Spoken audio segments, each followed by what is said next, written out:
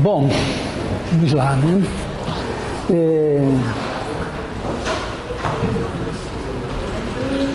Vamos discutir a questão de espaços vetoriais.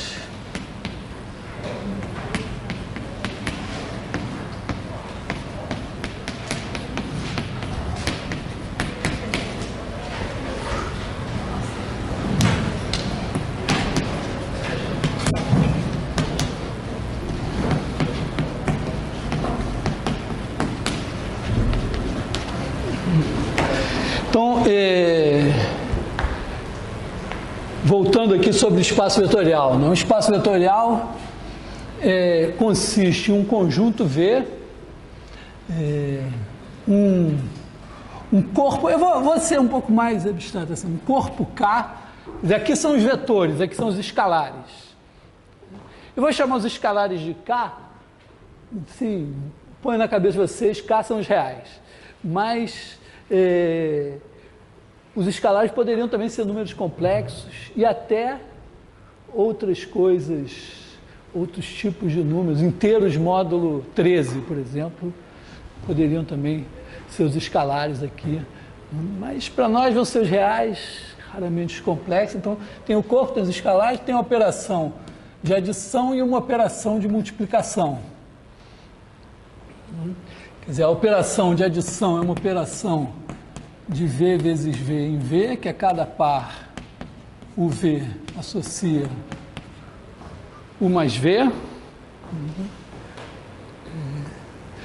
E a operação de multiplicação a cada escalar e a cada vetor associa um vetor, então TU associa TU. E essa estrutura tem um certo número de propriedades, né? Primeiro, as propriedades da adição, vou botar assim que U mais V igual a V mais U. Tudo que eu vou escrever aqui vai ser para todo U, para todo V, para todo 1, U2, V1, V2, T, S, W. A segunda, U mais V mais W igual a U mais V mais W. Aqui eu estou listando as propriedades pensando assim em abstrato. É claro que com os vetores flechinha a gente faz o desenho e diz, bom, aqui tem U, aqui tem V, se eu fizer o V assim, o U assim, aqui eu tenho V, U, então aqui eu tenho, se eu vier por aqui é U mais V, se eu vier por aqui é V mais U e eles são iguais.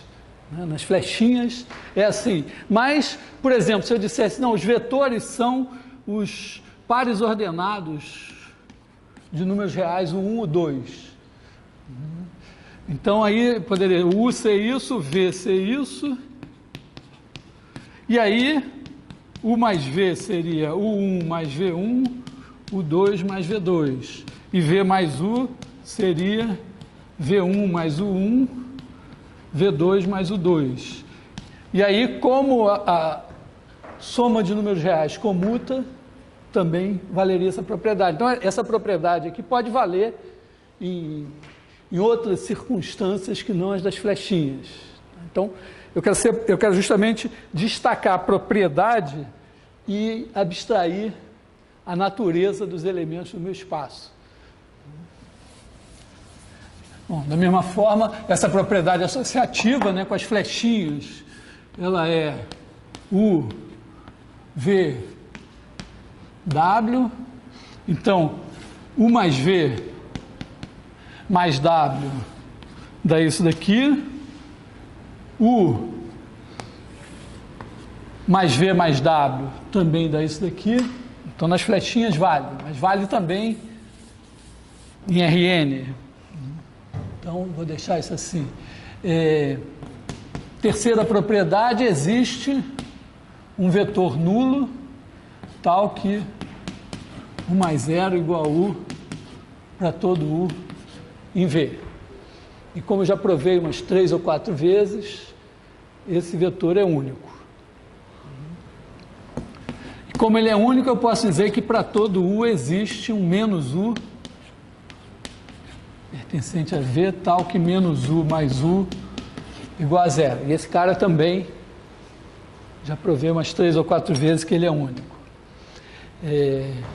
Então essas são as propriedades puras da adição. Depois tem as propriedades referentes à relação com a multiplicação por escalar. Né? Se você fizer T vezes U mais V, isso é igual a TU mais TV. Aqui tem a outra distributividade, que é S mais T vezes U igual a SU mais TU. Aqui, claro, T é escalar, U e V são vetores. S e T são escalares, U é vetor. 7 é uma espécie de associatividade, né? Para todos S, T e U. E a 8 é que 1 vezes U é igual a U.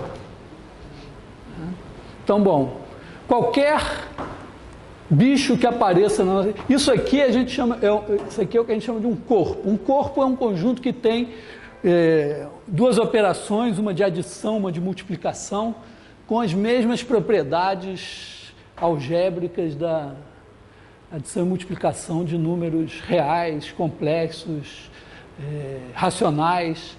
Inteiros não, porque nos inteiros não tem inverso multiplicativo.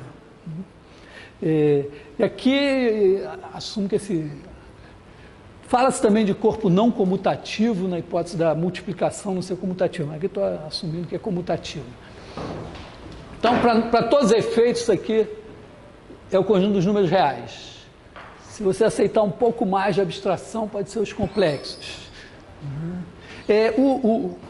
Os complexos têm um papel a desempenhar para nós, assim como, vamos dizer, nós vamos trabalhar em R2, R3, eventualmente Rn, assim como a gente viu que polinômios a coeficientes complexos podem ser importantes para a gente entender os polinômios a coeficientes reais, também espaços, vamos dizer, o Cn pode ser importante para a gente entender melhor o Rn. Bom, isso aqui. Então, isso é um espaço vetorial. Aí, tem uma questão crucial que é a seguinte, a gente viu isso nos vetores flechinha. A gente pode, por meio de uma base, transformar praticamente, codificar os elementos do espaço vetorial como elementos de R3, no caso dos vetores flechinha no espaço. Quer dizer, a gente pode, digamos que você tem uma base, né? Vamos dizer assim, epsilon 1, epsilon n é base de V se a aplicação de Kn em V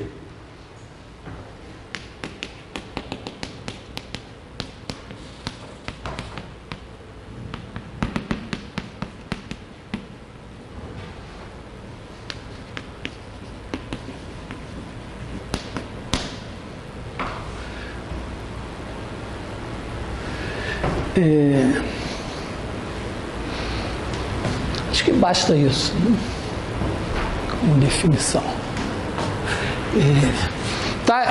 Que isso significa, né? Primeiro, ao dizer que é bijeção, eu estou dizendo que é sobrejetiva. Então, estou dizendo que todo vetor de V se escreve como uma combinação linear desses vetores. E segundo, que é injetiva, quer dizer, eu não posso ter um mesmo vetor escrito de duas maneiras diferentes. Então, isso vamos dizer, para todos os efeitos, o K aqui é Rn, né? Então, por exemplo, aqui no espaço dos vetores flechinha, quando eu pego aqui 3 vetores, assim, E1, E2, E3, eu passo a pegar qualquer vetor flechinha V, escrever como uma combinação linear desses 3, e aí ele passa a ser como que um elemento de R3. Eu passo a poder pensar os meus vetores flechinha como elementos de R3. E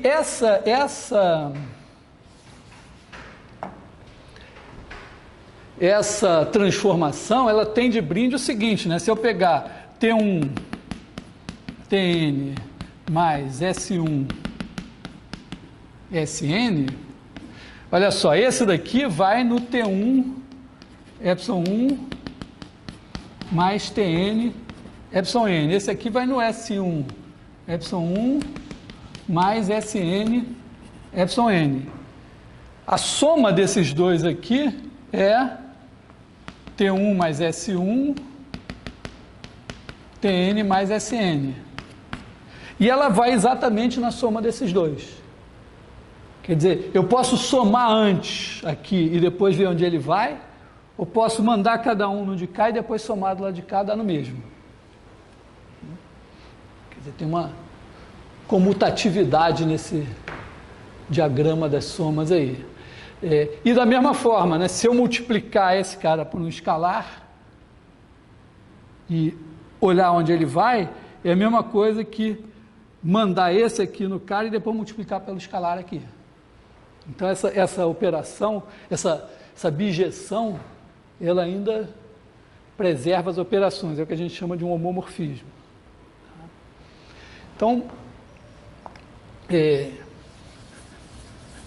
ser uma bijeção significa, então, primeiro, né, que todo V de V é combinação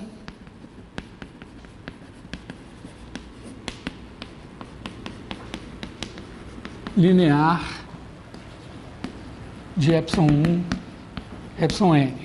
Tá? A combinação linear, acho que está claro aqui, né? Quer dizer, eu pego, sei lá, 2, 3, 15, 200 vetores e digo que o cara é combinação linear desses vetores se eu consigo escrever ele como soma de múltiplos desses vetores. E segundo, é que epsilon, quer dizer, isso aqui significa que ε1, εn geram V. Quer dizer, a gente diz que os caras geram o espaço se todo mundo é combinação linear deles. E a segunda coisa é que se T1, ε1 mais Tn, εn é igual a S1, ε1 mais Sn, εn, então S1 igual a T1, Sn igual a Tn. Isso equivale a dizer que ε1, εn são linearmente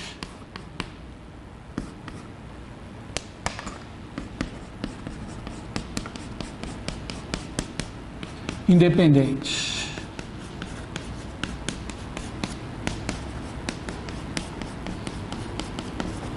Na verdade, essa propriedade de serem linearmente independentes, ela pode ser definida de pelo menos 3 maneiras diferentes. Uma é dizer que S1 ε1 mais Sn εn igual a T1 ε1 mais Tn εn implica que S1 igual a T1, S2 igual a T2, Sn igual a Tn. A segunda é que basta, não precisa dizer isso para todos, basta dizer que se T1 ε1 mais Tn εn igual a 0, ou seja, igual a 0 ε1 mais, isso implica que T1, todos eles são 0. Essas duas coisas são equivalentes. E a terceira nenhum dos εi é combinação linear dos demais. Então, eu digo que essas 3 coisas são equivalentes. E uma maneira simples de provar isso sei lá, provar que esse implica nesse, esse implica nesse, e esse implica primeiro. Quer dizer, prova que 1 implica 2, 2 implica 3 e 3 implica 1. Então, por exemplo, 3 implica 2, porque 3 implica 1 e 1 implica 2. Da mesma forma, 2 implica 1, porque 2 implica 3 e 3 implica 1. Então, bom exercício provar esse negócio. Bom, então, a questão relevante para a gente se colocar é o seguinte: imagina que eu tenho um conjunto de vetores. Deixa eu apagar isso aqui tudo, né?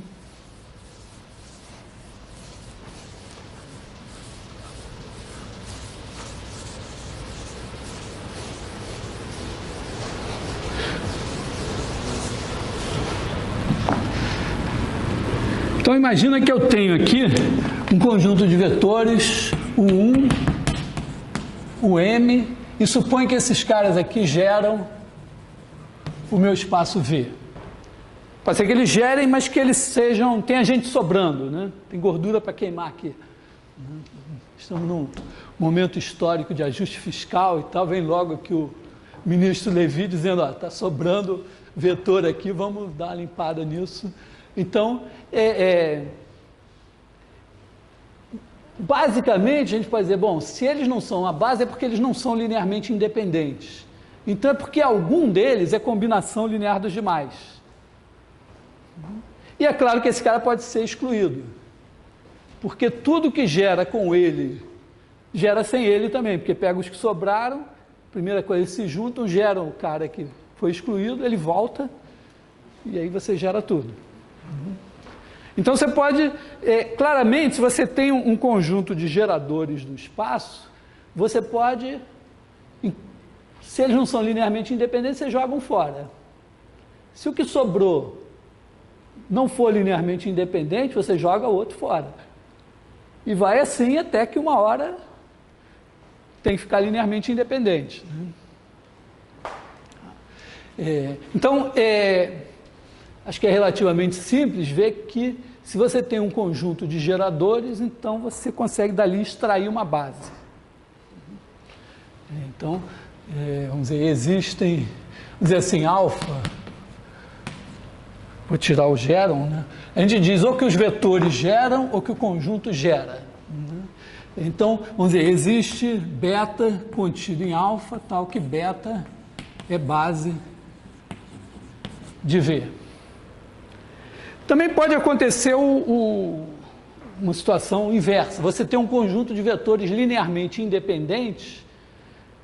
Então, vamos dizer, se eu escrever um cara como combinação linear deles, só tem uma maneira. Mas pode ser que eles não gerem o espaço todo, eles gerem uma coisa menor. Então, tem uma maneira natural de proceder que também bom, eles são linearmente independentes, eles não geram o espaço todo, então tem alguém que eles não conseguem gerar. Então você acrescenta esse cara. Então, imagina assim, que você tenha agora isso daqui, esse conjunto é linearmente independente. Aí supõe que você pegue V, não é combinação linear de U1, UN. Então, se você pegar U1, UN e V, esses caras são linearmente independentes. Bom, é fácil ver que o V não é combinação linear dos outros, porque isso já estava no script. Mas será que algum dos outros não poderia ser combinação linear desse aqui? Imagina assim, que, sei lá, que o U1 fosse, sei lá, T2, U2, mais TN, UN, mais SV, por exemplo. Tem uma coisa que eu posso dizer para vocês, ó. Se eles são linearmente independentes, o 1 não é nulo. Então não pode ser todo mundo zero aqui. Mas eu garanto para vocês uma coisa, o S não pode ser zero. Porque se o S fosse zero, eles não seriam linearmente independentes. Então o S não é zero, se o S não é zero, eu ganhei, né? Passa o SV para cá, né? Aí você tem menos SV igual a menos U1 mais T2, U2 mais Tn, UN, e aí você escreve V como 1 sobre S, U1, menos T2 sobre S, U2, menos Tn sobre S, UN, o que contraria a hipótese de que o V não é combinação linear. Então, quando você acrescenta, se você tem os caras que são linearmente independentes e tem um cara que não é gerado por eles, se você acrescentar, esse cara continua sendo linearmente independente. Então, você acrescenta um. Se não resolveu, se ainda tem alguém que não é gerado por esses caras mais o V, você pega um, acrescenta, vai ser linearmente independente. Vai acrescentando. O problema agora é diferente do caso anterior, porque o caso anterior você começou com um número finito e você vai baixando e de zero não pode baixar. Tem o chão lá, mas para cima, o céu... Bom, os físicos discutirão se é finito, se é limitado e tal, mas... então, aqui realmente, ó, a gente pode dar um exemplo. Ó, pega chama de V igual ao conjunto dos polinômios, a coeficientes reais, digamos. Então, por exemplo, você pode pegar 1x, x2, xn. Qualquer combinação linear desses caras é um polinômio de grau no máximo n. E o polinômio, para ser identicamente nulo, precisa que todos os coeficientes sejam nulos. Então, esses caras são linearmente independentes. Só que o xn mais 1, não dá para escrever o xn mais 1 como combinação desses caras. Aí você acrescenta o xn mais 1, aí tem o xn mais 2, depois o xn mais 3, e você nunca vai gerar todos os polinômios com um número finito de polinômios. Aliás, tá, é claro, se você tiver um número finito de polinômios, tem um de maior grau. Não dá para escrever polinômios de grau maior do que o desse como combinação linear dos polinômios que você tem. Então, na verdade, o espaço dos polinômios, ele não tem nenhuma base finita. Então, aqui... Mas, digamos que o nosso espaço fosse gerado por um número finito de vetores e eu tivesse um certo número de vetores ali. Será que ainda assim poderia ir aumentando indefinidamente? Quer dizer, a questão é assim, será que não tem uma limitação? Vamos dizer, se você gera o espaço com um número, sei lá, com 15 vetores, será que você pode ter 20, 30, 40, 50 vetores linearmente independentes? Isso que eu pretendo mostrar que não. Quer dizer, tem um lema fundamental que se você tem um espaço vetorial, se tem um número m de vetores que geram espaço, você não pode ter mais do que m vetores linearmente independentes. Então, vou enunciar esse resultado aqui.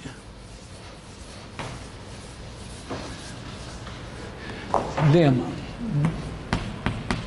Eu chamo esse lema de lema fundamental.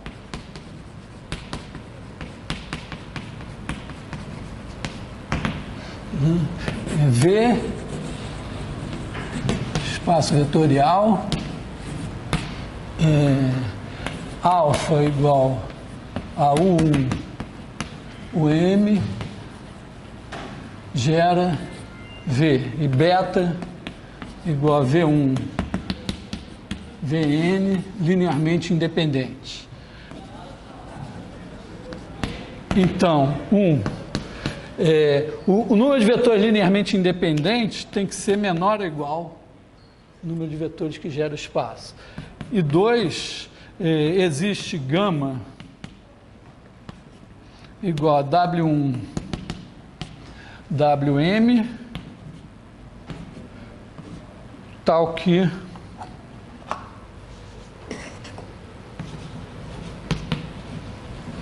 gama gera V e beta contido em gama, que contido em alfa união beta. Isso aqui, traduzindo, né, eu posso, a partir desses caras, construir um outro conjunto que gera o espaço, que contém todos os elementos que estão aqui, e, além desses, contém alguns outros que vão estar em alfa. Então, como se eu dissesse, eu posso substituir, quer dizer, não só o n é menor ou igual do que m, como eu posso substituir n dos que estão aqui por esses Vn e continuar gerando o espaço.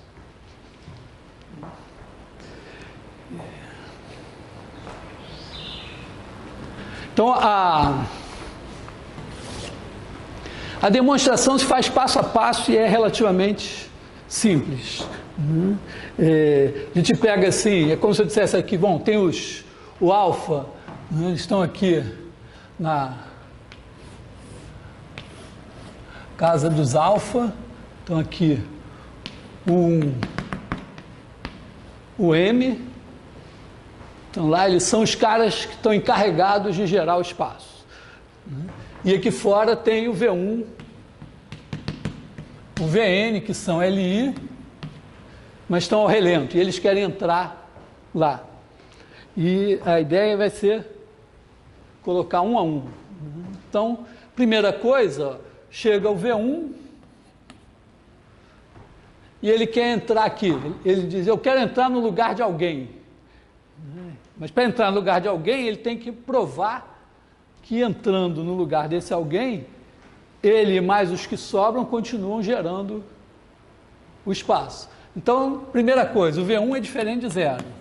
Então, ele é igual a T11 mais Tn, porque eles geram o espaço.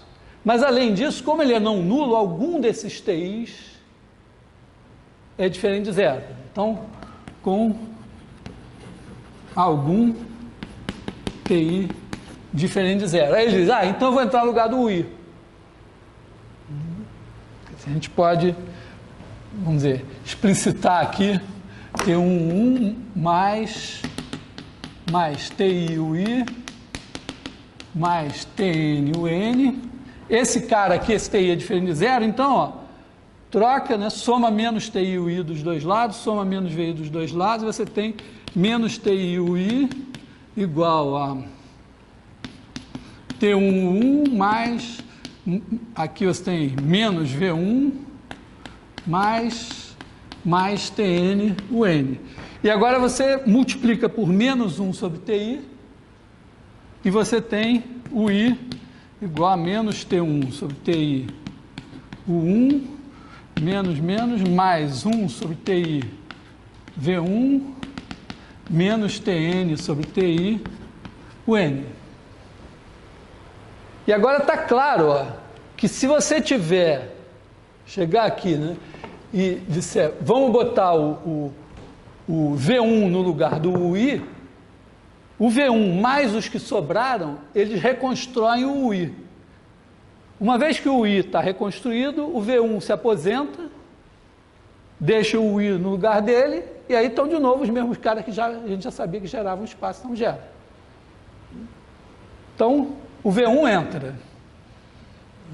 Então, uma vez que entrou o V1, ele já entra com moral e diz, vou reorganizar as coisas aqui. Ó. Vamos nos chamar agora todo mundo de W1,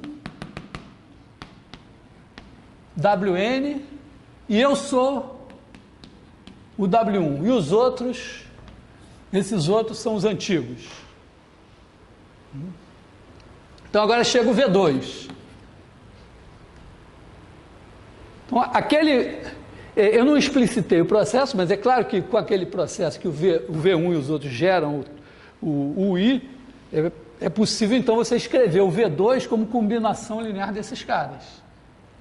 Então o V2 vai ser igual a T1 V1 mais T2 W2 mais TM, é M aqui, né? TM, WM. E, de novo, o V2 é diferente de zero. Mas se eu só usar que o V2 é diferente de zero, eu estou dizendo que algum desses caras aqui é não nulo. Mas se esse algum for o T1, não vai adiantar muito, porque significará que eu vou poder botar o V2 no lugar do V1, que não é o que eu quero. Eu quero que o V2 agora ele quer entrar no lugar de um dos antigos. Então, por que isso não vai ser necessário entrar no lugar do V1? Porque se todos esses aqui fossem nulos, o V2 seria múltiplo do V1. E a minha hipótese é que esses caras são linearmente independentes. Então, existe I maior ou igual a 2, tal que TI diferente de zero. Então, de novo, né, eu posso pegar o menos TIWI aqui, igual a T1V1 menos V2, mais o que sobrou aqui, T2W2, mais TIWI de chapéu, mais TNWN. Lembrando que esse chapéu aqui é o manto de invisibilidade ao contrário, né? Que significa que você está vendo, mas ele não está aqui. Tá? Então, feito isso, como esse cara é diferente de zero, você escreve o WI igual a menos T1 sobre TI V1 mais 1 sobre TI V2 menos T2 sobre TI W2, etc. E agora de novo, né, com o V1, o V2 e esses caras, você gera o WI. Gerando o WI, o V2 se aposenta e você gera todo mundo. Então, esse processo vai se repetindo, quer dizer, no iésimo passo,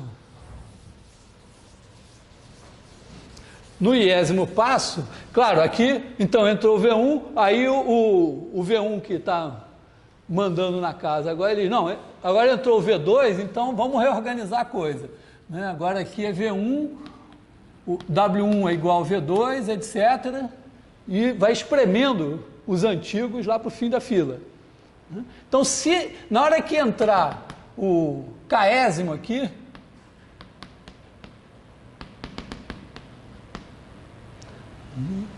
você pode colocar o K mais 1 ésimo. Aliás, K mais 1 ésimo não existe, é o késimo primeiro. Uma vez na banca do vestibular da UFRJ, a gente estava fazendo o gabarito de matemática e a gente ia botar o N mais 1 ésimo. Aí eu falei, vamos consultar o pessoal de português. Aí eles disseram, não, de jeito nenhum. Mas acharam lindo, acharam, pô, que legal esse negócio que vocês inventaram aí, mas é enésimo primeiro. Então, aqui o késimo primeiro, vamos entrar aqui. Então, mesma coisa, né? Quer dizer, se por acaso, é claro, se o K for igual a M, acabou. Mas enquanto o K for menor do que M, quer dizer, enquanto tiver gente aqui para ser substituído, eu posso, e gente querendo substituir, eu posso continuar. E entra aqui o VK mais 1, né? Então ele é igual a T1 V1 mais TK VK mais TK mais 1 WK mais 1 mais TM WM, quer dizer, aqui na hipótese de que eu já consegui colocar K dos caras aqui dentro. Quero colocar o késimo primeiro. Aí é o mesmo argumento agora. Esses daqui não podem ser todos nulos, porque se eles forem todos nulos, o VK mais 1 é combinação linear de alguns caras aqui, eles não seriam linearmente independentes. Então, de novo, tem algum não nulo aqui, aí você passa para cá, passa o VK mais 1 para lá, faz a conta e obtém que você pode gerar algum desses caras colocando o VK mais 1 no lugar dele. E aí você anda mais um passo. Então, esse processo pode continuar enquanto tiver gente para ser substituída. Então, duas coisas podem acontecer. Primeiro, é o N ser menor do que o M. Aí entrou o último dos VNs e ainda sobrou gente. Aí eu terei demonstrado o resultado. Por quê? Porque a cada passo, a casa alfa continua tendo as suas tradições mantidas. A tradição da casa alfa é que os caras que estão ali dentro geram o espaço. Tudo, vamos dizer, eles não se opõem à troca desde que essa tradição seja mantida. Ela está sendo mantida a cada passo. Então, se tiver menos caras aqui do que aqui, eu vou substituindo, entra o último, e eu no final estarei com um conjunto assim, que contém todos os elementos de beta, e os que não são em beta, que não são de beta, eram já de alfa desde o começo. A outra possibilidade é que tenha mais, vamos dizer, o número igual também não tem problema, né? Entrou o último substituindo o último. Mas se tiver mais gente aqui do que aqui, na hora que entrar o enésimo no lugar do último que sobrou aqui, ainda sobram caras. Mas aí, quer dizer, se você tiver N maior que M, significa que V1, VM, todos vão entrar aqui, vão substituir esses caras, né? Isso aqui implica que esses caras geram V. Entrou o primeiro, entrou o segundo, entrou o enésimo, substituiu o último aqui, ainda sobraram os caras. Ora, quem sobrou aqui vai ser a combinação linear desses caras. Quer dizer, significaria que VM mais 1 é igual a T1 V1 mais TM VM, o que não pode, porque esses caras são LI. Então não dá para o M ser menor do que o N. Então, é isso.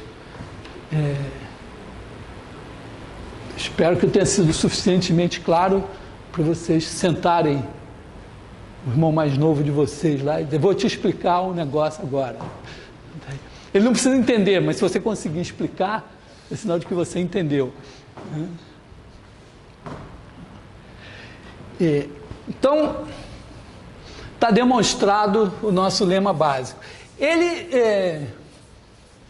Primeiro, ele garante agora uma coisa melhor, né? Porque quando eu tenho... Imagina que o meu espaço é gerado por 15 vetores.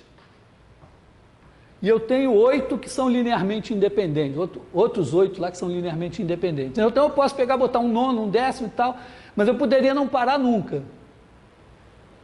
Mas agora não, eu sei que eu posso pegar esses 8 e acrescentar 7 dos outros 15 e gerar o espaço. Mas em vez de fazer isso, eu posso dizer, bom... eu sei que com esses 15 eu gero espaço. Então eu pego os 8 que eu tinha, pego dos outros 7, um que não é combinação linear deles e acrescento. Se não gerar o espaço, eu acrescento mais um, mas eu sei que em 15 no máximo eu vou parar. Então, se o espaço é gerado por um número finito de vetores, qualquer conjunto de vetores linearmente independentes pode ser completado até virar uma base. Então, tem várias consequências desse lema, né? Mas a primeira é isso, é o teorema, né? Que duas bases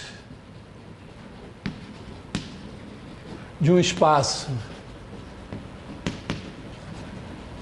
vetorial tem o mesmo número de elementos.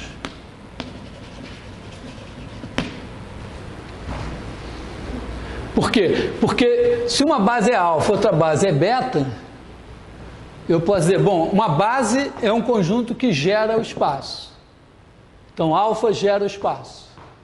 Mas uma base é um conjunto de vetores linearmente independentes. Então, beta é linearmente independente.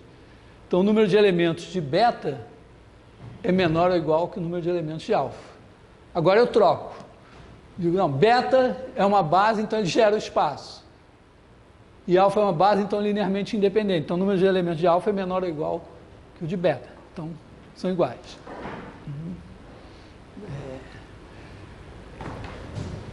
Posso dizer que isso aqui é uma coisa. Segunda coisa é que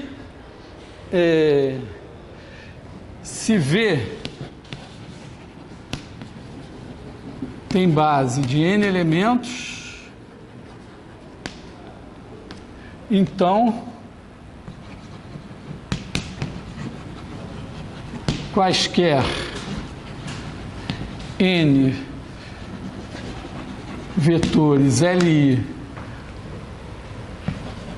de V formam base de V. E quaisquer n vetores que geram V formam base de V.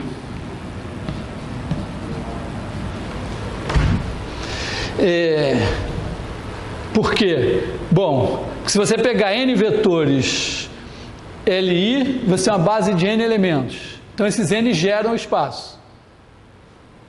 Então, aqui você tem, digamos aqui, ó, ε1, εn, base.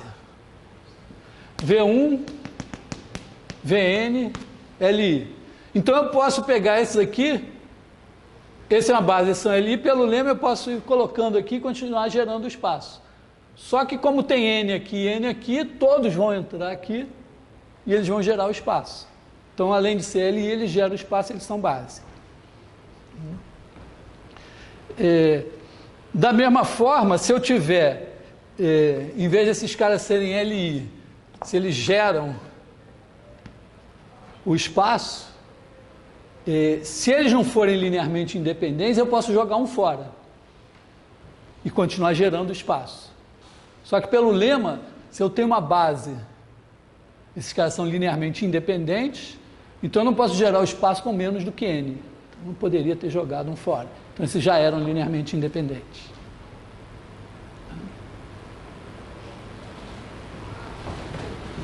E, bom, além disso, né,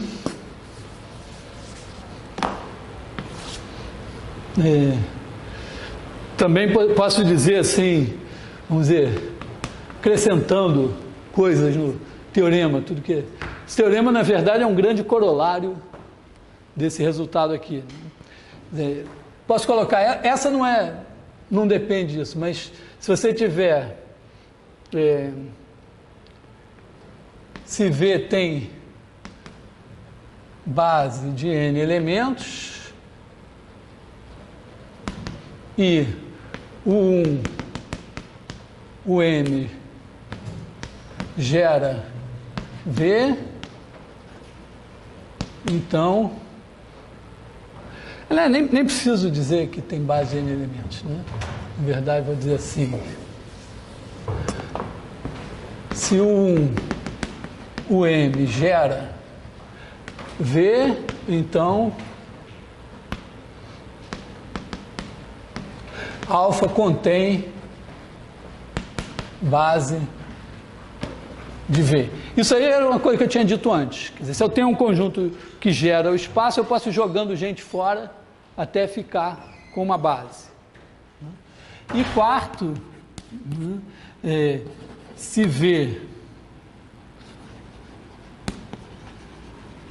tem base finita, uma base pode ser infinita, eventualmente, se eu definir de uma maneira mais adequada a base. né? Se V tem base finita, então todo subconjunto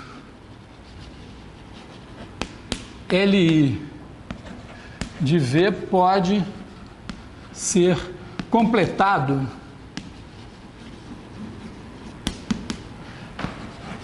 até virar base. Quer dizer, você vai acrescentando, acrescentando. Como tem uma base finita, você sabe que não pode ter um subconjunto linearmente independente com mais elementos do que os elementos da base finita. Então esse processo termina. Não posso ir aumentando indefinidamente. Tá? Bom, claro que eu poderia ter feito isso em R3 para demonstrar que, como eu sei que o nosso espaço dos vetores flechinha, eu admito que ele é gerado, e tem uma base de 3 elementos, então toda base ali tem 3 elementos, e tudo bem. Mas, na verdade, acho que não custa mais caro fazer isso que eu fiz e deixar esse resultado aqui, que é um resultado fundamental de álgebra linear e que pode nos ser útil eventualmente. Eu, pelo menos, vejo no nosso curso um momento em que a gente vai usar dimensão maior do que 3 para provar uma coisa assim que por 5 pontos passa uma cônica. Imagina assim, é um teorema de geometria. Bota 5 pontos no plano, pum, ao acaso. Mostra que por ali passa pelo menos uma cônica. Eu digo que dá para provar usando esse teorema.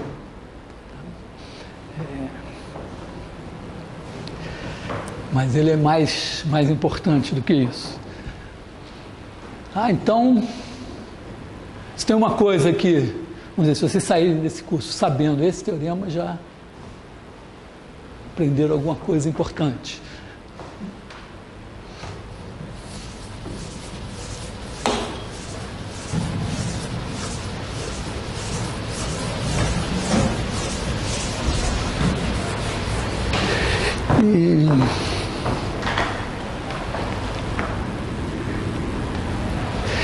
Agora eu vou falar também de uma maneira geral de produto escalar. Então, produto escalar.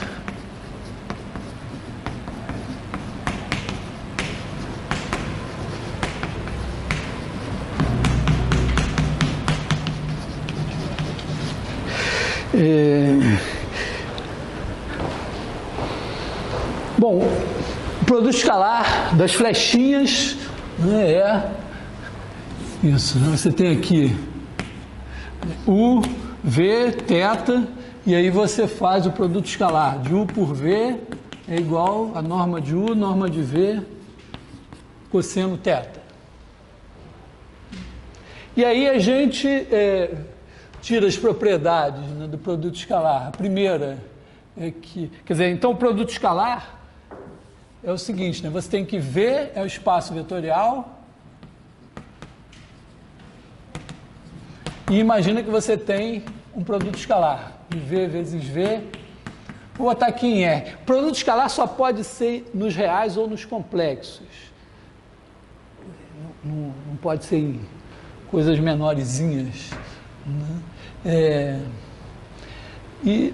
Então, as propriedades são as seguintes. O produto escalar de U por V é igual ao produto escalar de V por U para todos U e V. Segundo é que se você fizer T vezes U escalar V, isso dá T vezes U escalar V. Por conta dessa propriedade, né, vou escrever aqui, vou apagar, se eu fizer U vezes TV, pela propriedade 1, isso é igual a TV vezes U, pela propriedade 2, isso é T vezes VU, e pela propriedade 1 de novo, isso é T vezes UV. Então, eu provei isso, não preciso escrever como propriedade.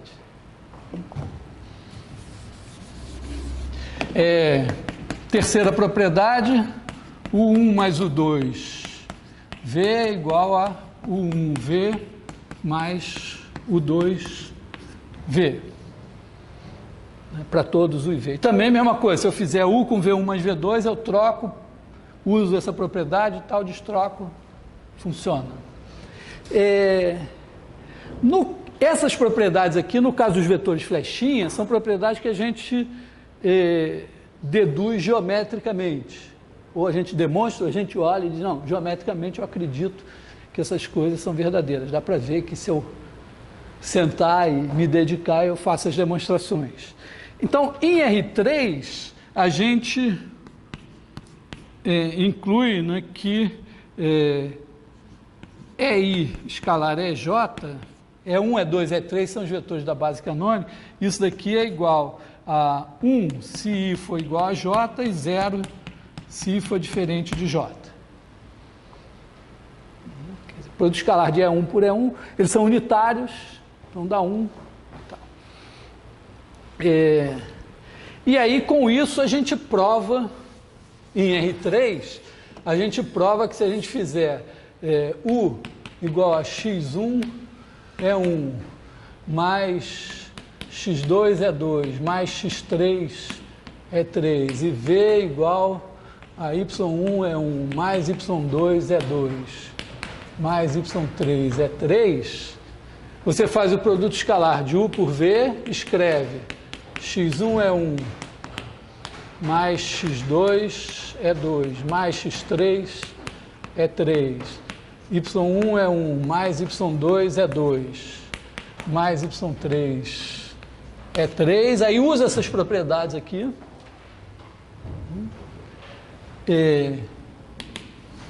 usa essas propriedades e aí saem as seguintes coisas, né? x1, y1 é 1, mais x2, y2 é 2, mais x3, y3 é 3, e mais coisas do tipo x1, y2, por exemplo, quando pegar esse daqui com esse daqui, vai ser x1, y2 é 1, é 2, que é 0.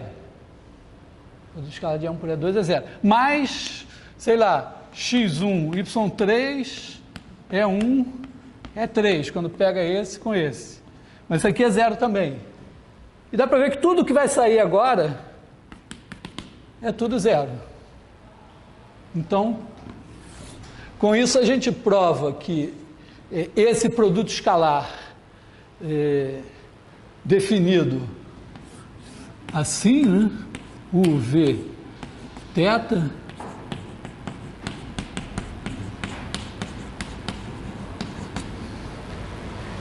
pode ser calculado diretamente das coordenadas. Isso não é pouca merda, hein?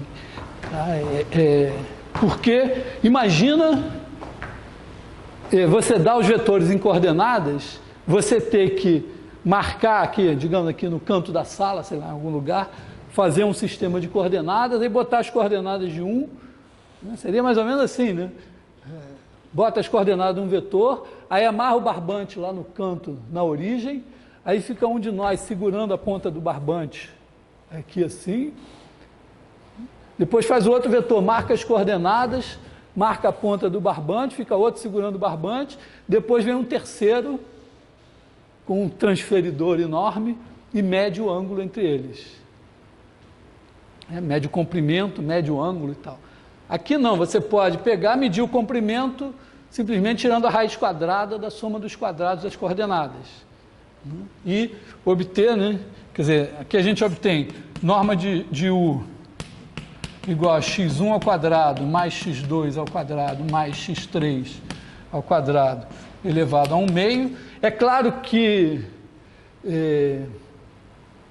dependendo do seu estágio na tecnologia, você pode preferir medir, tirar a raiz quadrada, que não é uma coisa simples. Mas hoje a gente tem computadores. Eu já vi isso, uma vez eu estava conversando com um colega da ecologia, e ele disse que tinha que medir uma certa área lá no papel, e a maneira que ele fez, não é a maneira que me ocorreria, mas na biologia é uma maneira natural. Ele pegou, mandou recortar a figura e pesar. Aí pesou pelo peso comparado com o peso do papel todo, ele tinha área. Então, processo também possível, né? Mas, vamos dizer, aqui, para nós hoje, é melhor fazer isso do que medir. E, principalmente, né, o cosseno θ é o produto escalar de U por V dividido pela norma de U, norma de V. Então, tudo isso pode ser calculado diretamente das coordenadas, esse cosseno pode ser calculado diretamente sem ter que chamar o transferidor e tal. E depois você inverte o cosseno e acha o θ. Digamos que alguns séculos atrás era preferível realmente medir. Então, é isso. Agora, isso aqui é no R3, né? no espaço aqui do R3 ou nos vetores flechinha. Num produto escalar em geral, imagina que eu estou com um espaço e eu não tenho isso. A propriedade que a gente inclui do produto escalar é o seguinte: a gente quer dizer que a norma do vetor U é igual a raiz quadrada de U escalar U. Então a gente quer que U escalar U seja positivo. Então a gente inclui essa propriedade aqui, que U escalar U é maior ou igual a zero. E também a gente quer que o único vetor cuja norma seja zero, seja o vetor nulo. Então a gente inclui também que U escalar U igual a zero implica U igual a zero.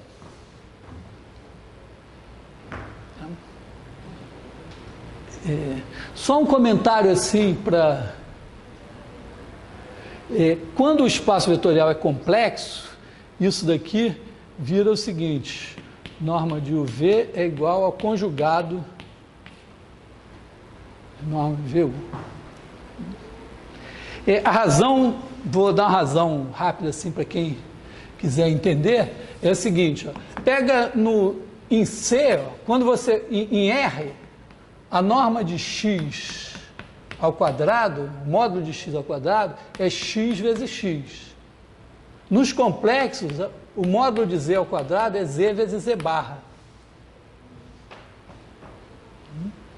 Então, quando a gente faz em R2, por exemplo, em Rn, a gente faz x1, x2, mais x1, y1, mais xn, yn. Aí, quando você faz a norma, quando você faz x escalar x, isso dá x1 ao quadrado mais xn ao quadrado. Esses caras são todos positivos. Quando você estiver em Cn, é melhor você fazer x1 y1 barra mais xn yn barra. Porque aí quando você fizer x escalar x, vai dar x1 barra mais xn barra, e esses caras aqui, isso aqui é norma de x1 ao quadrado, é positivo. Então, e aí a propriedade vai ser essa. Tá, mas isso não é importante para nós agora. Então, o que eu queria destacar aqui é o seguinte: digamos que a gente esteja mesmo em R3.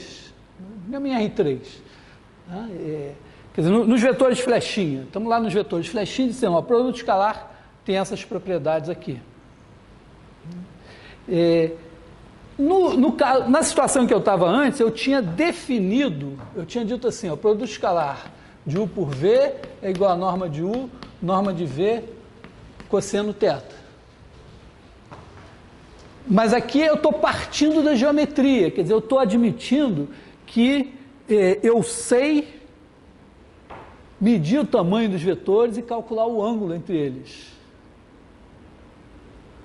A ideia aqui é inverter o jogo. Eu digo: não, eu sei o produto escalar. Digamos que eu dissesse assim, ó, produto escalar, por exemplo, em R3 é definido por x1, y1 mais x2, y2 mais x3, y3. Para quem tem uma mente geométrica, por exemplo, como eu ia olhar para isso e dizer: pô, mas de onde saiu isso? O que é isso e tal? Mas para quem tem uma mente algébrica, isso aqui talvez faça mais sentido do que isso aqui. Então eu poderia dizer: não, o produto escalar é isso. E A partir do produto escalar, eu defino norma de U é igual ao produto escalar de U por U, raiz quadrada. E aí eu posso definir ângulo. Eu digo que o ângulo θ entre U e V.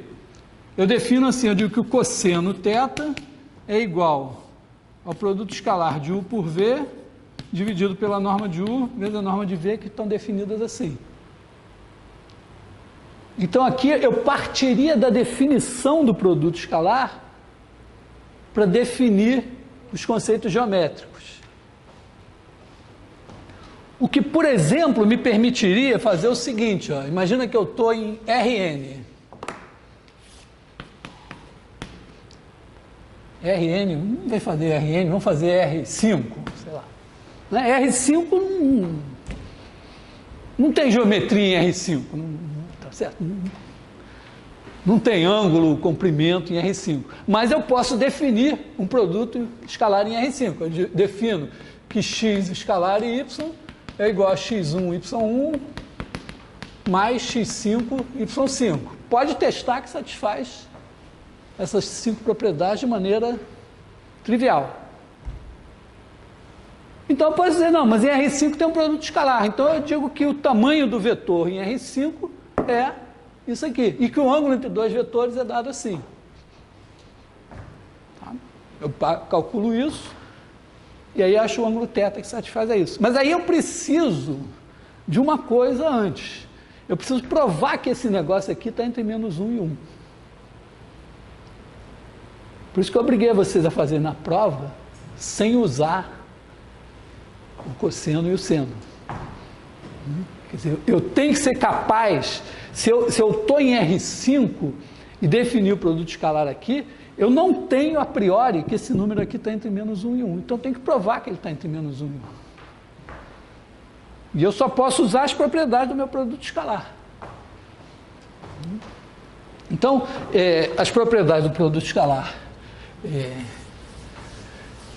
que eu vou usar, bom, eu preciso provar as coisas. Então, primeira coisa, teorema de Pitágoras, que fica uma coisa absolutamente trivial, porque está dentro da definição, essencialmente. Né?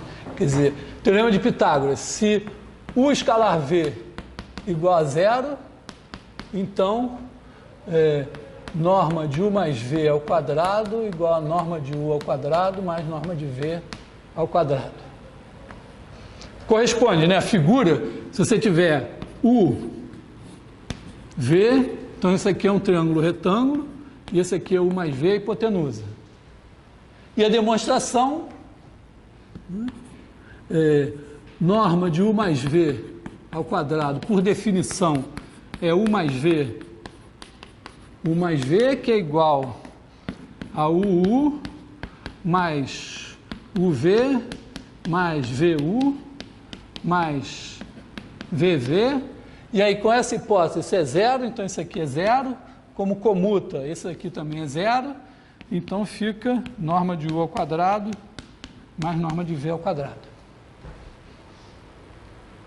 Então, não preciso de nenhuma geometria pré-existente no meu espaço. Se eu tiver um produto escalar, já dá para eu falar que dois vetores são ortogonais se o produto escalar deles é zero e vale o teorema de Pitágoras. Então, eu já posso... Então, a brincadeira é a seguinte... quando a gente está nos vetores flechinha, a gente se inspira da geometria para construir produto escalar, produto vetorial, um monte de coisas e fazer geometria. Aqui a gente, de certa forma, inverte as coisas. A gente diz, bom, se eu tiver em R5, eu defino um produto escalar, a imagem e semelhança do que eu fiz em R3, e uso isso daqui para investir esse espaço que não tem nada de geométrico, de uma geometria, e que aí eu posso fingir que as coisas estão, vamos dizer, que algumas coisas têm geometria. E aí começa a criar um monte de fantasias geométricas, né, que eventualmente funcionam. Então, isso aqui é uma coisa. Segunda coisa que eu consigo provar, segunda coisa que é uma coisa muito super importante, é o seguinte: você tem aqui um vetor V, aí você tem aqui um vetor W. Eu quero projetar o vetor W ortogonalmente na direção do V. Quer dizer, eu quero criar aqui um vetor V0 igual a T vezes V, de tal maneira que W menos TV seja esse cara daqui. Aliás, eu vou fazer assim, vou fazer W menos TV, que é esse cara daqui, né? Tem que ser ortogonal a V.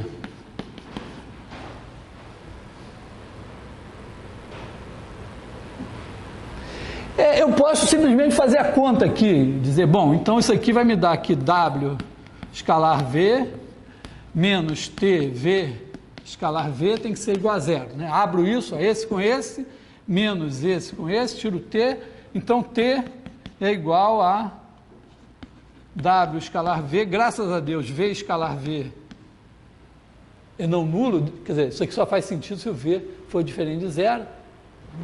E aí eu concluo que V0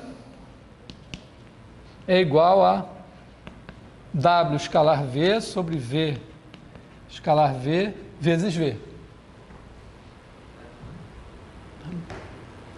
Aqui, se eu for algébrico, se eu for geométrico, vou apagar esse negócio aqui, não quero mais.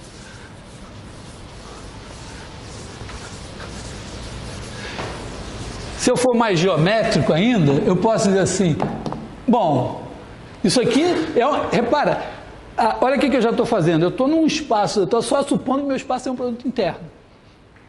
Não estou supondo que ele é dos vetores de flechinha, mas eu desenho com vetores de flechinha. E me oriento pela conta dos vetores de flechinha. Mas eu poderia até me orientar mais, eu dizer, na verdade, o que eu tenho que fazer? Eu vou pegar aqui o unitário da direção do V, vou chamar esse cara aqui de U, e defino U é igual a 1 sobre norma de V vezes V, é o unitário ali. Aí, esse aqui é o ângulo θ. Isso que eu estou desenhando é uma fantasia, mas se fosse em R2 era assim. Então, qual é o tamanho desse cara? É esse daqui, né? O tamanho de V0 é o tamanho com sinal do V0, na verdade, né? Eu pego simplesmente, faço W escalar U.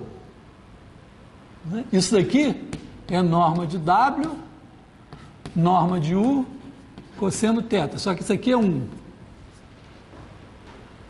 Então, tamanho de W vezes cosseno θ é isso daqui. E agora, se eu multiplicar por U, que é o unitário da direção, eu tenho esse cara. Então, eu digo que V0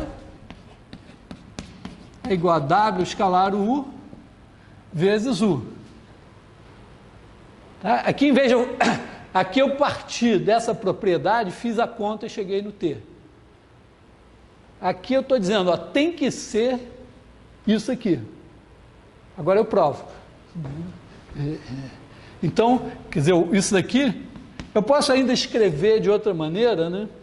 Isso aqui, é W, o U é 1 sobre norma de V, V. 1 sobre norma de V, V. Bom, se eu substituir, isso aqui vai dar W escalar V, aí tem norma de V ao quadrado, que é V escalar V, V. Bom, nem preciso provar, é o mesmo aqui. Mas podia ir lá e provar. Então, isso é super importante, você tem que saber projetar um vetor na direção de outro, né? Bom, agora tem um detalhe nessa história que é o seguinte. Deixa eu apagar isso aqui. Olha só, por construção, se eu botar V0 aqui, V0 é um múltiplo de V. Então eu posso...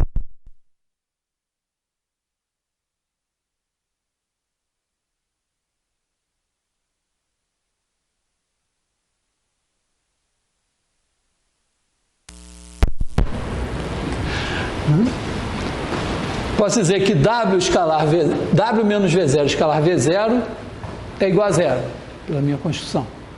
Então, pelo teorema de Pitágoras que eu acabei de provar, eu sei que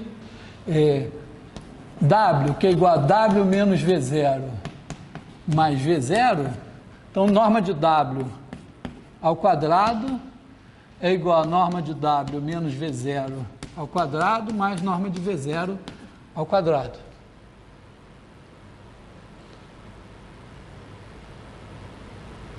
O V0 moralmente, né, ele é norma de W cosseno θ.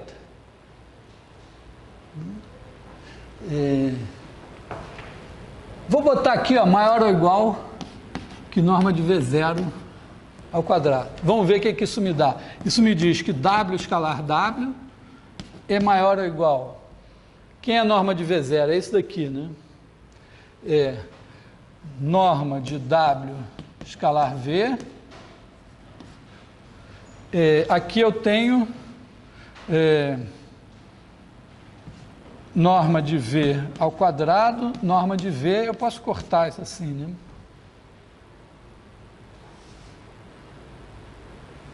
Assim, isso aqui era esse cara, né? Agora bota ao quadrado, tá? Quer dizer, eu pego a norma desse cara, corto esse com esse, agora elevo ao quadrado.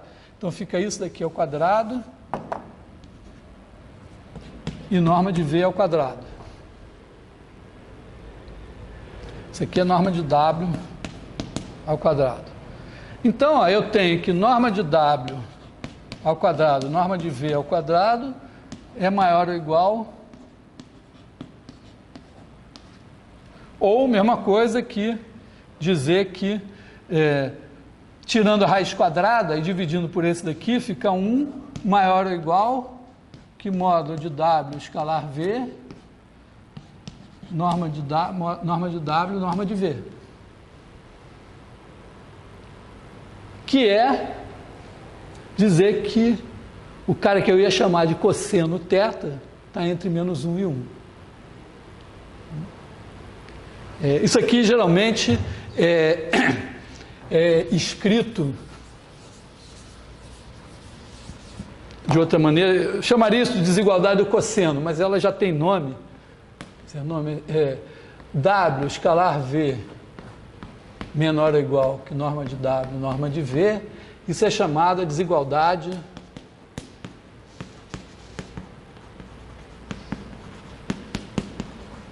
de Cauchy-Schwarz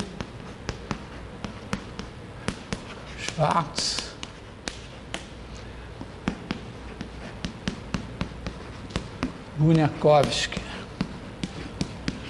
Sempre tem um russo que também fez. Então ela também é muito importante porque ela vai garantir que eu posso definir o cosseno que vai dar, vamos dizer, isso aqui define um cosseno, então posso definir o ângulo. Bom, são as coisas básicas de produto escalar.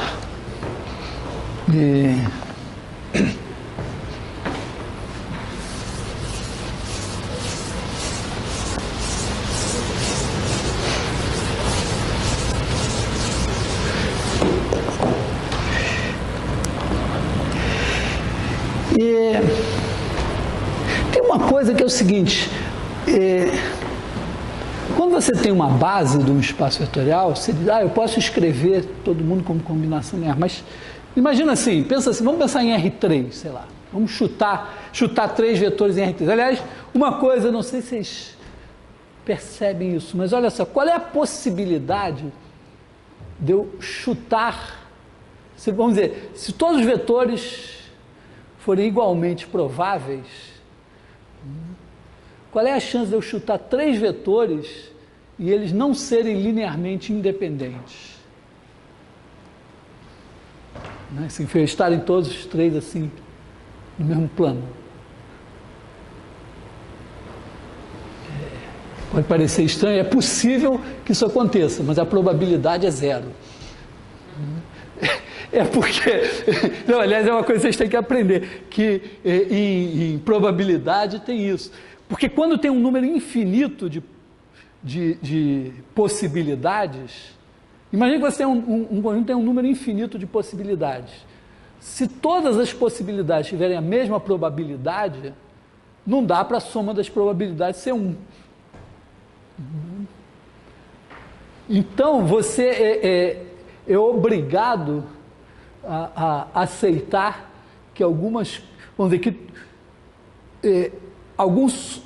na verdade, os subconjuntos passam a ter probabilidade diferente de 0, mas alguns conjuntos menorzinhos vão ter que ter probabilidade 0.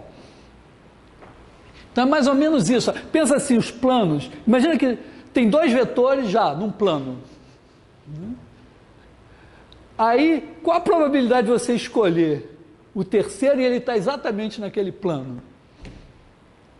Se você admitir, por exemplo, que os planos paralelos são igualmente prováveis, a probabilidade de cair num plano específico vai ter que ser 0. Então, é mais ou menos isso. Eu até brinco que a probabilidade de você pegar 3 vetores ao acaso e eles serem linearmente dependentes é 0. Mas, na verdade, a gente só pega 3 vetores com coordenadas inteiras entre -9 e 9. Então, aí já não é mais 0. Aliás, é um desafio para vocês calcular qual é essa probabilidade. Mas, digamos assim que você pega 3 vetores, sei lá, 1, 2, 3, 3, 4, 5, melhor não pegar 6, 7, 8, que acho que não fica bom, mas, sei lá, pega 2, 2, 2, será que dá? Digamos que esse não está bom, né? Porque aqui, ó, 3 menos 1, 2, 4 menos 2, 2, 5 menos 3, 2, né? Então, isso aqui combina. Então, vamos mudar alguém aqui, sei lá, troca para -2 aqui, uma coisa assim. Agora, se eu quiser, imagina que eu queira escrever aqui um vetor, digamos que eu queira assim, x vezes esse, mais y vezes esse, mais z vezes esse, igual a alguém, sei lá. Um simplesinho, 1, 0, 0. Minimamente, ó, você vai ter que ter x mais 3y mais 2z igual a 1, 2x mais 4y menos 2z igual a 0 e 3x mais 5y mais 2z igual a 0. Ou, se você quiser, sei lá, uma coisa mais geral, A, B, C, vai ter que botar aqui A, B, C, e vai ter que resolver esse sistema para achar a solução. Então, nem sempre é muito bom. Mas imagina, vamos tentar alguma outra coisa aqui. Imagina assim que eu ponha 1, 1, 1, depois ponha 1, 0, menos 1. Vamos tentar algum outro. Esses dois, ó, eles têm uma coisa interessante, que eles são perpendiculares. Se eu fizer o produto escalar deles, ó, 1 vezes 1 dá 1, 1 vezes 0, 0, 1 vezes menos 1 dá menos 1, quando soma dá 0. Imagina que eu consiga mais um que seja perpendicular aos dois. Sei lá, vamos botar assim, 2... Será que dá?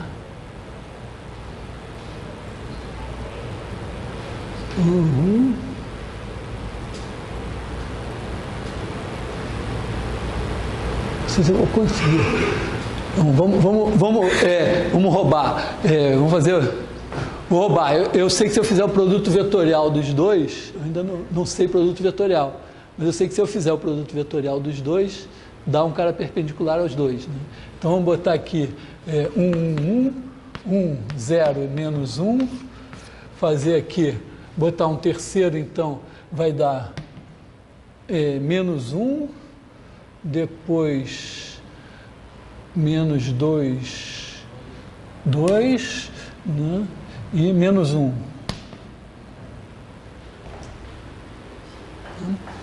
Então pronto, esse daqui, tá? Pega esses três caras. Tá claro, né? Que esse escalar esse dá 0, esse escalar esse dá 0 e esse escalar esse dá 0. Então, digamos agora que eu queira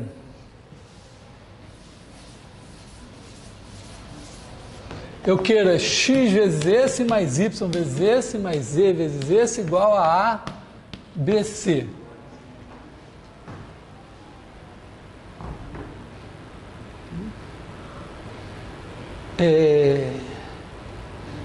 Sabe como é que eu calculo x? Olha só.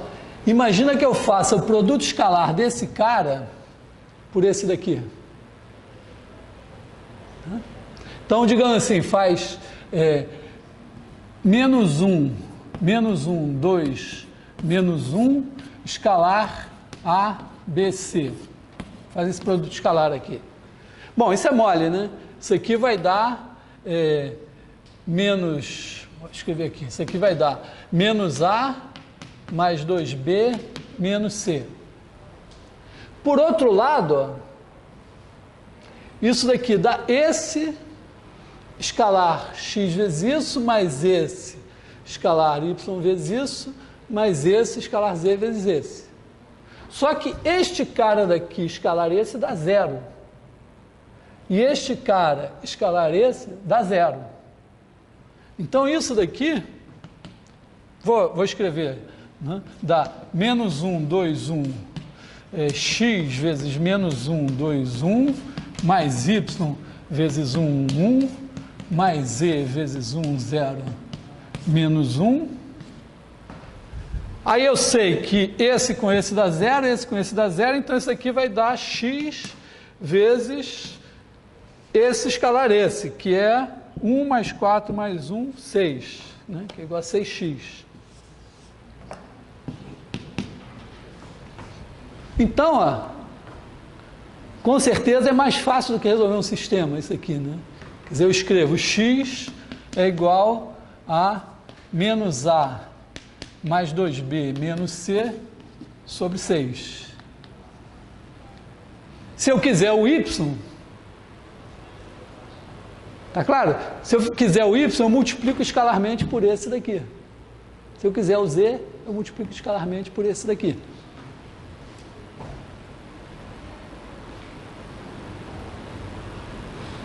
Vou fazer de novo sem tantas coordenadas. Vamos fazer uma coisa mais abstrata.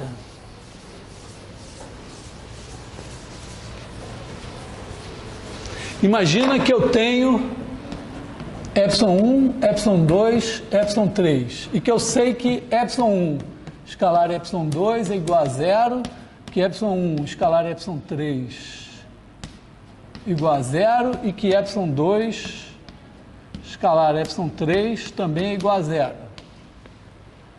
E aí eu quero fazer x ε1 mais y ε2 mais z ε3 igual a v. V é um vetor que eu estou dando. Eu quero escrever nessa base. que eu estou dizendo é o seguinte, ó, se eu fizer x ε1 mais y ε2 mais e ε3 escalar ε1, isso tem que ser v escalar ε1. Mas acontece que esse com esse dá zero, esse com esse dá zero, então isso aqui vai dar x ε1 escalar ε1, isso é igual a v escalar ε1, então x é igual a v escalar ε1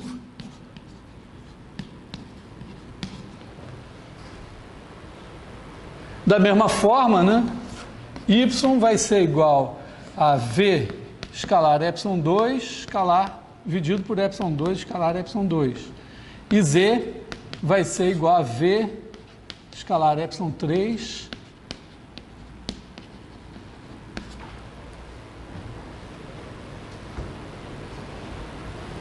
Isso significa que é muito melhor os vetores da base serem ortogonais, 2 a 2.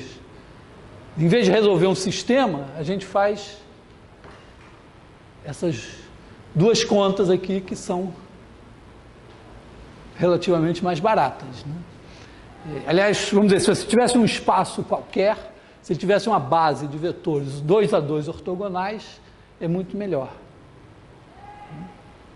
Então, quando você tem uma base em que os vetores são 2 a 2 ortogonais, você chama essa base de base ortogonal. E claro, é melhor ainda se além de ortogonais eles forem unitários, porque nem tem que dividir aqui, isso aqui dá 1. Então, nesse caso, você diz que a base é ortonormal. A base ortonormal é a base em que os vetores são 2 a 2 ortogonais e são todos unitários. Então, o sonho de consumo sempre, no espaço vetorial, é você ter uma base ortonormal.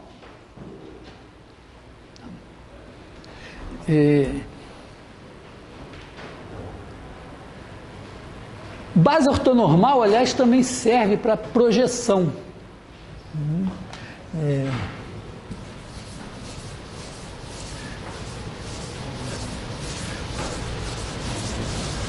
Está claro? Preciso explicar de novo base ortonormal? Telespectador em casa, só voltar o botão e ver de novo. Ou então procurar a aula de algum outro explicando isso. Bom, imagina o seguinte, olha, que eu estou... pensemos ainda em R3, tá? Tem aqui um plano passando pela origem. E aí eu tenho um vetor V que está aqui fora do plano e eu quero projetar aqui no plano e obter aqui o vetor V0. Supõe que nesse plano eu tenho uma base, justamente assim, eu tenho aqui um ε1 e um ε2.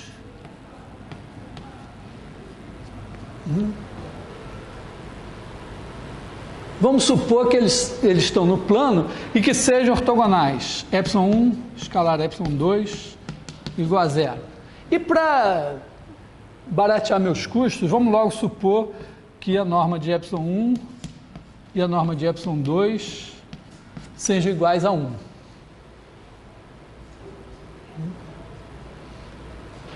Então eu quero obter o V0, né? Deixa eu chamar esse aqui de V. O meu V0 é igual a x1 ε1 mais x2 ε2. Eu quero calcular o V0.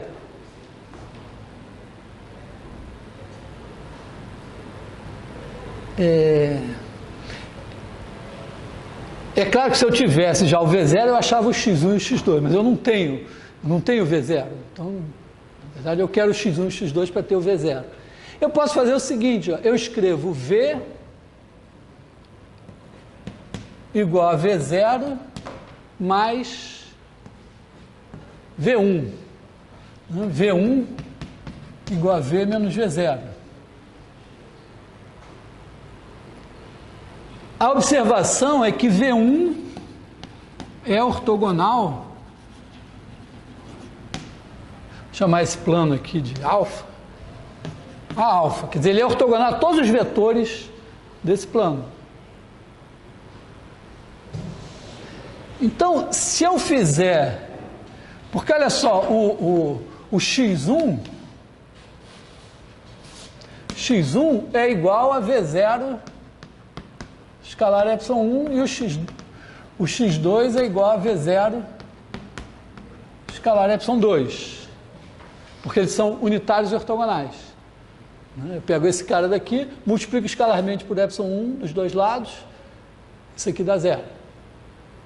Multiplico escalarmente por ε2 dos dois lados, isso aqui dá zero. Isso é aquilo lá. Agora, o interessante é o seguinte, é que o V1 escalar ε1, como o V1 é perpendicular a todo mundo, V1 escalar ε1 dá zero. E o V1 escalar ε2 dá zero também. Então, se eu fizer V escalar ε1, isso daqui é V0 mais V1 escalar ε1, que é igual a V0 escalar ε1 mais V1 escalar ε1, esse cara aqui é zero. Isso daqui é o meu x1. E o V escalar ε2 é igual a V0 mais V1 escalar ε2, que é igual a V0 escalar ε2 mais V1 escalar ε2, esse aqui é zero, isso aqui é o x2. Então aqui estou em R3, estou fazendo R3 para a gente ver direitinho. Então, se eu tiver um plano passando pela origem, tiver dois vetores, tiver uma base ortogonal, uma base ortonormal nesse plano, dois vetores unitários e ortogonais que geram o meu plano, eu sei projetar no plano.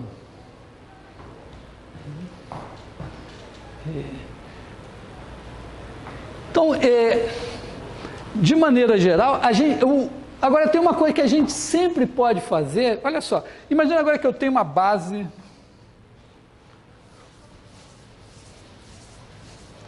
vou pensar agora o seguinte, eu tenho uma base de 3 vetores no espaço, mas eu gostaria que essa base fosse ortonormal. Será que eu consigo criar uma base ortonormal a partir dela?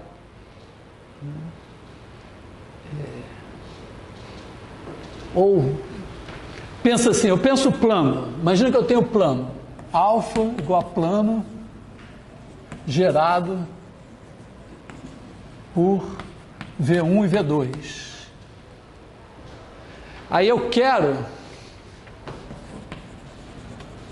ε1 e ε2 que gerem alfa com norma de ε1 e norma de ε2 iguais a 1 e ε1 e ε2 ortogonais. Porque eu posso estar nessa situação, eu tenho o plano, mas ele é gerado por dois vetores que não são ortogonais, com eles eu não sei fazer a projeção, mas se eu tiver assim, eu consigo. Isso para a gente deve ser mole agora, porque olha só, você pega aqui V1, V2, o que você faz? Escolhe o V1, pega o unitário do V1, chama de ε1. Isso é igual a 1 sobre norma de V1, V1. Agora projeta o V2. Então, tem um cara aqui. Pega este cara aqui, que é perpendicular. Pega o unitário dele. Então, o que nós fazemos? Fazemos ε1 igual a 1 sobre norma de V1, V1. Agora, para projetar aqui, eu não vou mais usar o V1, eu tenho o ε1 que é unitário, é muito melhor. Então, eu faço W2 igual a V2 escalar epsilon 1, que é esse cara daqui. Podia ter chamado de W1, né? Vou chamar ele de W1, porque ele está aqui na direção W1. Agora eu chamo W2 igual a V2 menos W1. W2 igual a V2 menos W1. Se eu acredito na minha figura, eu não vou nem fazer a conta. O W2 é perpendicular aqui. Logo eu faço o epsilon2 igual a 1 sobre norma de W2. Por que a norma de W2 tem que ser diferente de zero? Eu acredito na minha figura. Esse cara daqui não pode ser nulo, porque se esse cara for nulo, esses dois são colineares. E o V1 e o V2 supostamente são uma base, eles geram um plano, então eles são dois vetores, estão gerando uma coisa bidimensional. Tá? Então, também se eu fizer a conta, esse cara aqui vai ser não nulo. E pode... aliás, isso é uma coisa maravilhosa quando você... vocês devem ter esse sentimento às vezes. Você está entendendo o seu problema, você diz, é isso que eu tenho que fazer, essa conta, e você sabe que no fim vai dar certo. Você não precisa... se tiver um erro, é erro de conta. Então aqui, se o raciocínio está certo, eu acho que está certo, pode conferir que esses dois caras são unitários e ortogonais.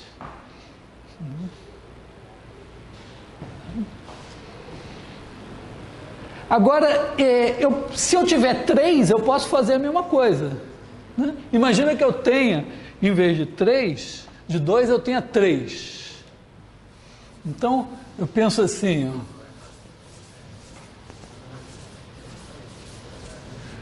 penso V1, V2 e V3 linearmente independentes.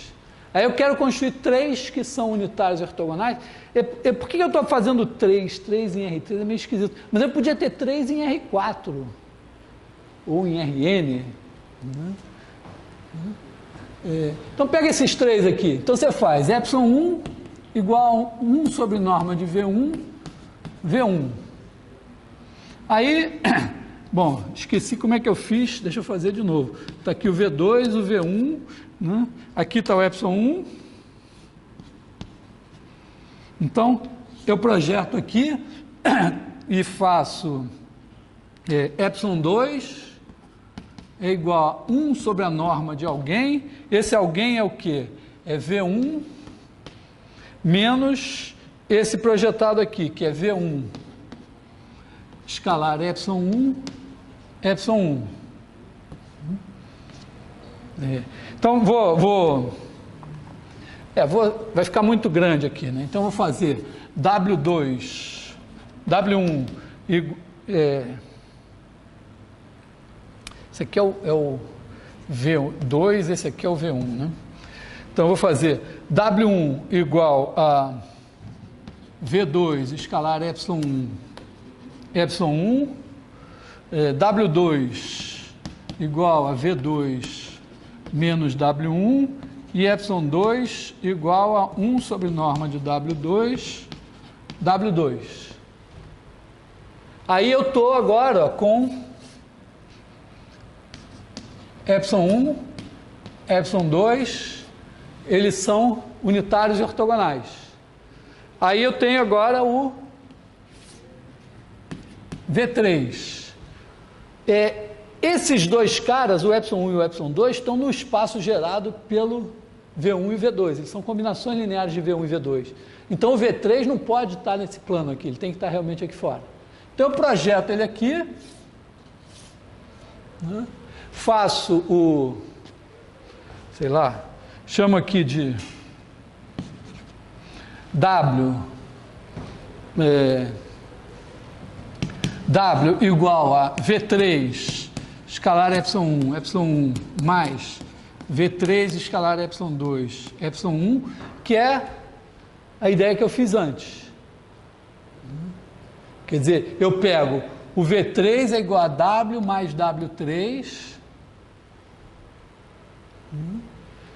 Aí eu quero W escalar ε1, W escalar ε2, ε2. Mas o W escalar ε1 é a mesma coisa que o V3 escalar ε1. E o W escalar ε2 é a mesma coisa que o V3 escalar ε2. Então faço isso daqui e faço W3 igual a V3 menos W e faço E3 igual a 1 sobre norma de W3, W3. E tem que dar certo.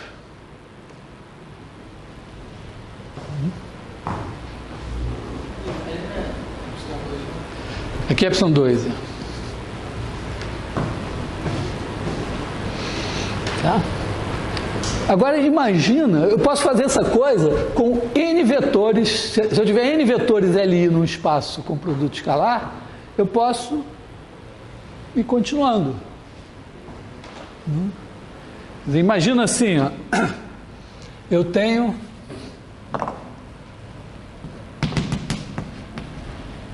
Vn, esses caras são linearmente independentes. Então eu continuo assim e digamos que eu cheguei até o VK, né? Fiz ε1, εk. Eles são linearmente independentes e foram construídos a partir do V1 e do VK. Então como é que eu faço o εk mais 1? É o meu algoritmo de gerar o εk mais 1. Vou fazer o desenho aqui assim.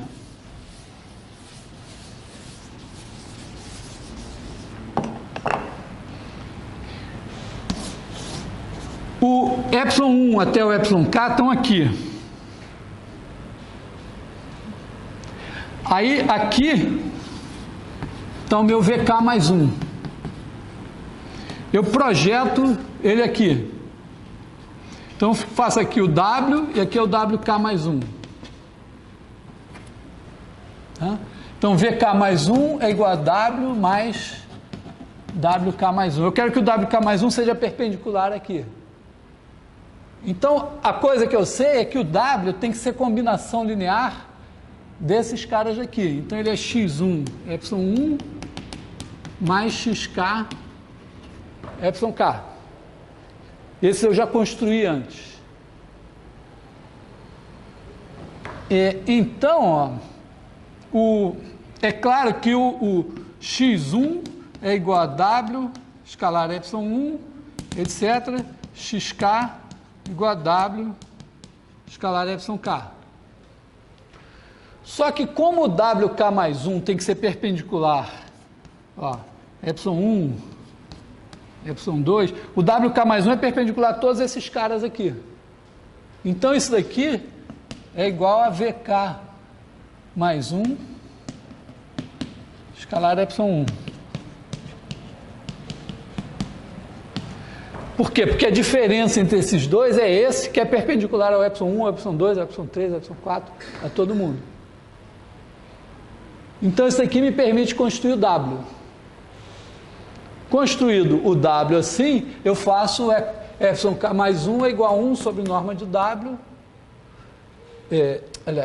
W, né? Aqui eu faço WK mais 1 igual a VK mais 1 menos W, e aí faço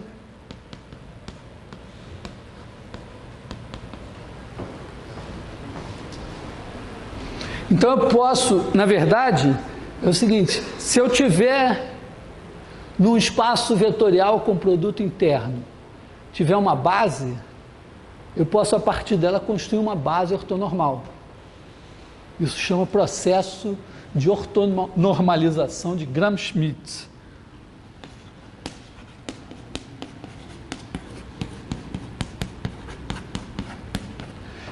Que num determinado momento histórico pode ter sido uma grande sacada, mas hoje é uma... porque a matemática funciona assim, você no meio da selva lá, de repente você descobre uma coisa nova. Aí uma vez que você descobre uma coisa nova, toda a teoria passa a ser explicada de maneira a tornar aquela coisa nova óbvia. Por isso que todos nós nos deparamos em algum momento das nossas vidas com algum resultado que tinha o nome de algum matemático célebre e que para a gente dizia, pô, mas isso é óbvio, pô, será que eu sou um gênio que nem ele? Ou será que... Na verdade não, o cara quando descobriu aquilo, descobriu no meio do mato. Aí depois cortou o mato, fez uma estradinha e tal, levou você até lá, você disse, pô, cheguei sozinho. Né? Então, mesma coisa, isso aqui não é tão complicado assim, mas com certeza eles fizeram isso antes de existir a teoria de produto vetorial. Essa teoria abstrata, como eu estou mostrando aqui, ela é essencialmente produto do século XX. Bom, a ideia, então, sempre que você tem uma base ortonormal, é fácil de fazer as contas. O resultado que a gente tem daqui é que toda vez que você tem um espaço vetorial com produto interno, você pode construir para ele uma base ortonormal, desde que ele seja de dimensão finita. Bom, do ponto de vista assim, geometria analítica, o que nós vimos aqui é como é que projeta um vetor em cima de outro, um vetor em cima de um plano, e eu estou aproveitando para mostrar coisas mais à frente. Aí, nosso próximo passo vai ser uma coisa que é bem R3, que é o produto vetorial. Vai ser na próxima aula. Né? Torcendo que hoje, pelo menos parece que está ligado ainda.